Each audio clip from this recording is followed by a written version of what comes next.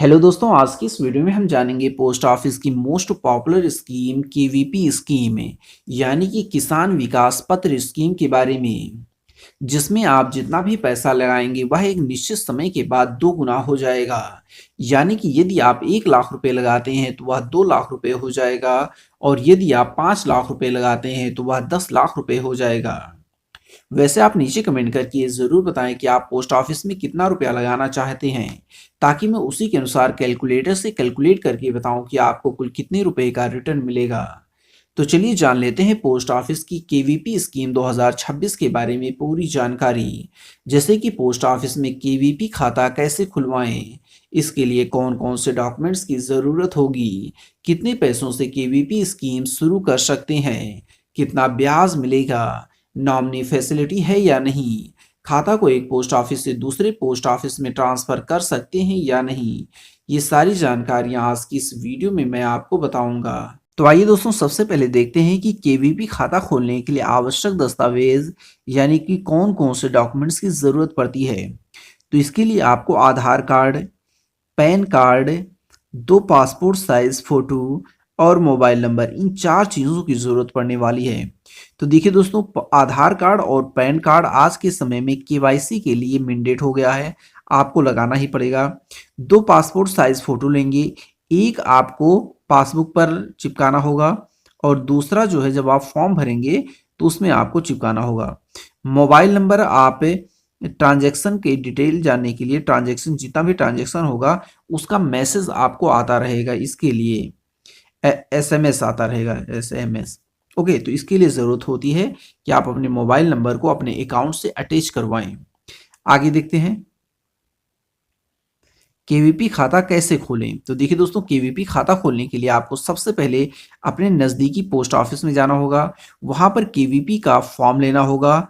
और अब ये केवीपी खाता जो होता है आप सिंगल खोल सकते हैं, आप अपने नाम पर केवल खोलिए, या फिर अपने परिवार के किसी भी सदस्य के साथ मिलकर के ज्वाइंट खाता खोल लीजिए। जब आपका ये खाता खुल जाएगा तब आप नकद, चेक या फिर ऑनलाइन माध्यम से केवीपी की जितनी भी राशि आप जमा करना चाहते हैं, जितने रुपए आप दुगना करना चाहते हैं उतने रुपए आप जमा कर दीजिए।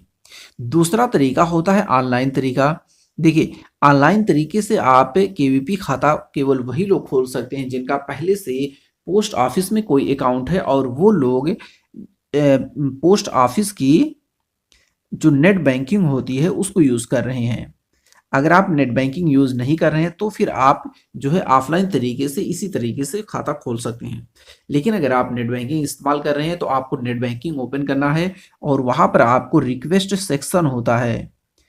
ओके, रिक्वेस्ट वाले सेक्शन में आपको जाना है, वहाँ पर आप केवीपी स्कीम आपको मिल जाएगी। अब वहाँ पर आप जा करके पैसे कटवा दीजिए, जितने रुपए की आप केवीपी स्कीम शुरू करना चाहते हैं उसमें आप उतना पैसा कटवा दीजिए, आपका केवीपी स्कीम जो है चालू हो जाएगा। अब आइए देखते हैं कि केवीपी खाते में कितना रुपया जमा करना होगा। तो मिनिमम आप 1,000 रुपये से शुरू कर सकते हैं और इसकी अधिकतम जो है कोई भी सीमा नहीं है होती है, आप जितना रुपया चाहें उतना रुपया जोड़ सकते हैं इसमें। नॉमिनी जोड़ने की सुविधा, तो बिल्कुल नॉमिनी भी आप आसानी से केवीपी खाता में जोड़ सकते हैं। आप अपने घर के किसी भी सदस्य को नॉमिनी के रूप में ऐड कर दीजिए, और बिल्कुल ये ज़रूरी भी है आज के समय में, जैसे हालात हैं देश के कि कभी भी किसी की भी हार्ट अटैक से मृत्यु हो रही है। जैसा कि हम कोविड-19 के बाद देख रहे हैं कि बहुत से जो नौजवान लोग हैं उनका भी हार्ट अटैक से डेथ हो रहा है। तो आज के समय में अगर आप भी केवीपी स्कीम खुलवाते हैं तो अपने परिवार के किसी भी सदस्य को नॉमिनी के रूप में ऐड जरूर कर लें। आगे देखते हैं खाता ट्रांसफर करने की सुविधा। तो बिल्कुल आप एक शहर के पोस्ट ऑफिस से दूसरे शहर की पोस्ट ऑफिस में खाता को आसानी से ट्रांसफर कर सकते हैं। बस आपको करना क्या होगा, जिस नए शहर में आप गए हैं ना, वहां पर आप अपना पुराना पासबुक लेकर के जाइए, एक आधार कार्ड की फोटो कॉपी लेकर के जाइए, आधार कार्ड का ओरिजिनल लेकर के जाइए, पैन कार्ड लेकर के जाइए और अपना एक फोटो लेकर के जाइए। ये चीज जब आप लेकर के जाएंगे तो वो लोग आपके अकाउंट को चेक करेंगे, वैलिडेट करेंगे आपके आधार कार्ड और पैन कार्ड से। अगर सब कुछ सही है तो वो लोग तुरंत के तुरंत जो है आपका जो खाता है वो नए पोस्ट ऑफिस में ट्रांसफर कर देंगे। इवन वो लोग आपको एक नया पासबुक भी दे देंगे। आगे देखते हैं केवीपी का कितने साल की होती है। तो केवीपी के लिए देखिए 115 महीने की होती है, यानी कि 9 साल 7 महीने लगते हैं, और इतने साल में आपका जितना भी रुपया जमा किए रहेंगे वो 2 गुना हो जाएगा।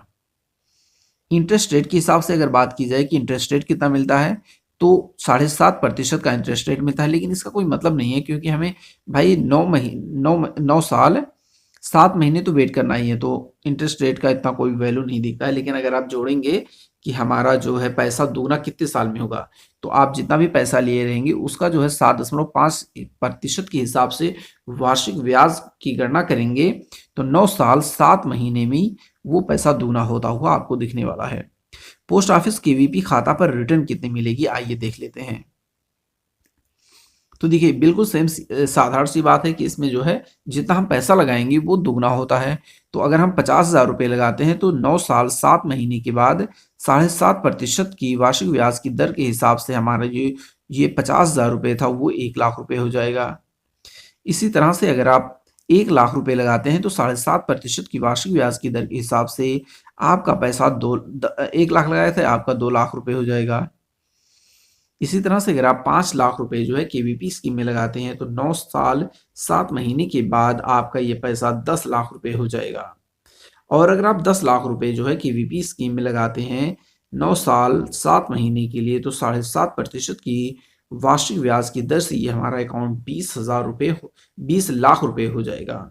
तो दोस्तों आप नीचे कमेंट करके ज़रूर बताएं कि आप पोस्ट ऑफिस की किस स्कीम में कितना रुपया लगाना चाहते हैं, ताकि मैं उसी के अनुसार कैलकुलेटर से कैलकुलेट करके आपको बता दूं कि आपको कुल कितने रुपए का रिटर्न मिलेगा। अंत में आपसे एक छोटी सी रिक्वेस्ट है कि वीडियो को लाइक और चैनल को सब्सक्राइब कर लें। Thank you.